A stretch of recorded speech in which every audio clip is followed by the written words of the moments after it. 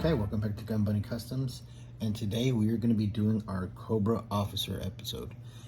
And not only are we going to be doing a overview of the figure in and out of the package, going over his accessories and pros and cons of the figure and my opinions of the figure, we are also going to see the process of me turning him into a Stinger driver. And so then we're also going to compare him to the first G.I. Joe classified Stinger driver I did, utilizing a Cobra infantry, and then we're also going to compare him to my 1984 Stinger driver, which I still have from my childhood. So we're going to compare him to that, and then, like I said, kind of briefly go over the figure. Okay, so this is him in the box and out of the box. As you can see, he displays well in the box. It's very cool looking. You know, would be awesome to see on a peg. I had to get mine through Amazon. Around here, for whatever reason, we don't get too many figures. So it comes with a ton of accessories that that you can see. He actually comes with 3 guns. He comes with a like a full bodied AK, I guess you could say. This, to me, which looks like a smaller AK, but it's got a side mounted magazine port. And then his sidearm, which looks like a German broom handle Mauser, but a lot of people say it looks like a Han Solo gun. But Han Solo gun came from a German broom handle Mauser. He also comes with his dagger, and he also comes with this little accessory, which is right here, which I'm going to show you. And I don't know if it's supposed to be like a little tactical light, like a little tactical flashlight, or like a little red dot, laser sight, or what. But that's it. And it comes with that, and he also comes with 2 magazines that work with both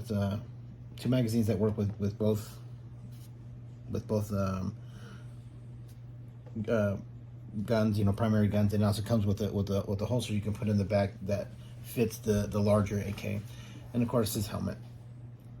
Okay, so this is him out of the box with his accessories laid out. And I want to say that for the most part, I think the accessories are awesome. The detail to them are awesome.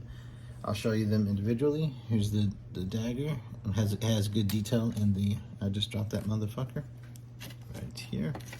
It's got good detail in the handle. I like it. It's great detail for that size. The same thing with this one. I don't know if you can see, but it's actually got a Cobra logo molded into the handle. So it's really good detail. Here's the larger one, and it looks almost like a futuristic AK. And here's this little one, and then of course the 2 magazines.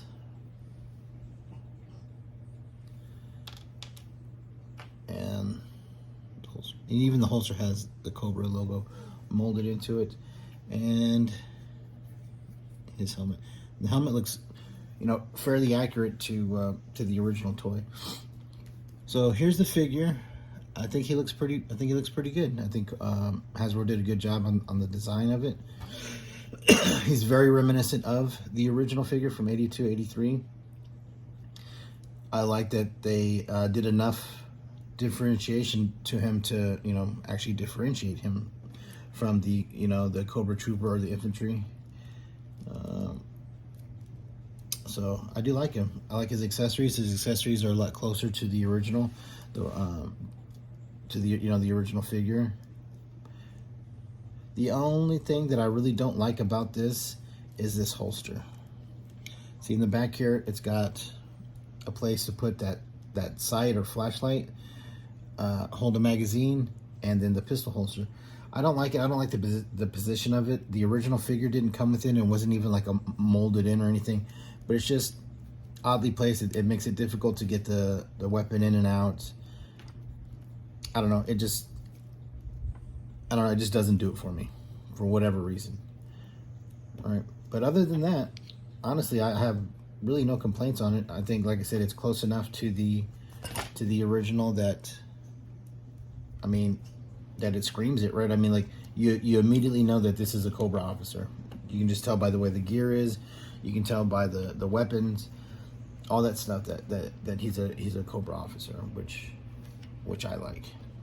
So here I'm going to show you where this little piece goes. It snaps in here to the top of the AK. There's a little, well, can't find the hole, man. All right, there we go. We finally got it in there. It's just like prom night, right? Finally get it in there. So there it is. That's what it looks like. Like I said, I guess it could be either. It could be like a little, little tactical flashlight or a little tactical red dot, or whatever you want it to be, I guess. And then you insert the clip into here, and you got your classified AK. Now this is the one that I really don't care for, and the reason, I think the weapon actually looks cool, but I don't care for it being side mounted like this. I don't know. It just looks goofy to me. And honestly, when I first saw it, I thought this was going to be like one of those little kind of modified, shortened AKs, to where it was going to be like that, right? So I like the way that looks better.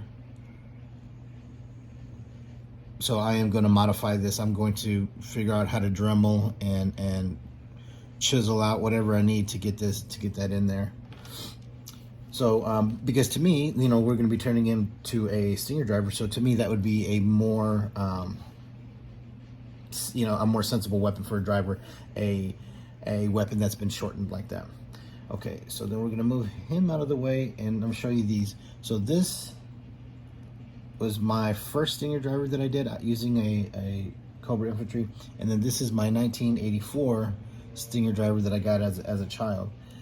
And somewhere around 85, 86, I put some red Testors enamel model paint on there to make them look sharp. So been customizing since back then, I guess. But as you can see, his gear is extremely, spot on. From the padding on top to the way the pouches are set, all of that.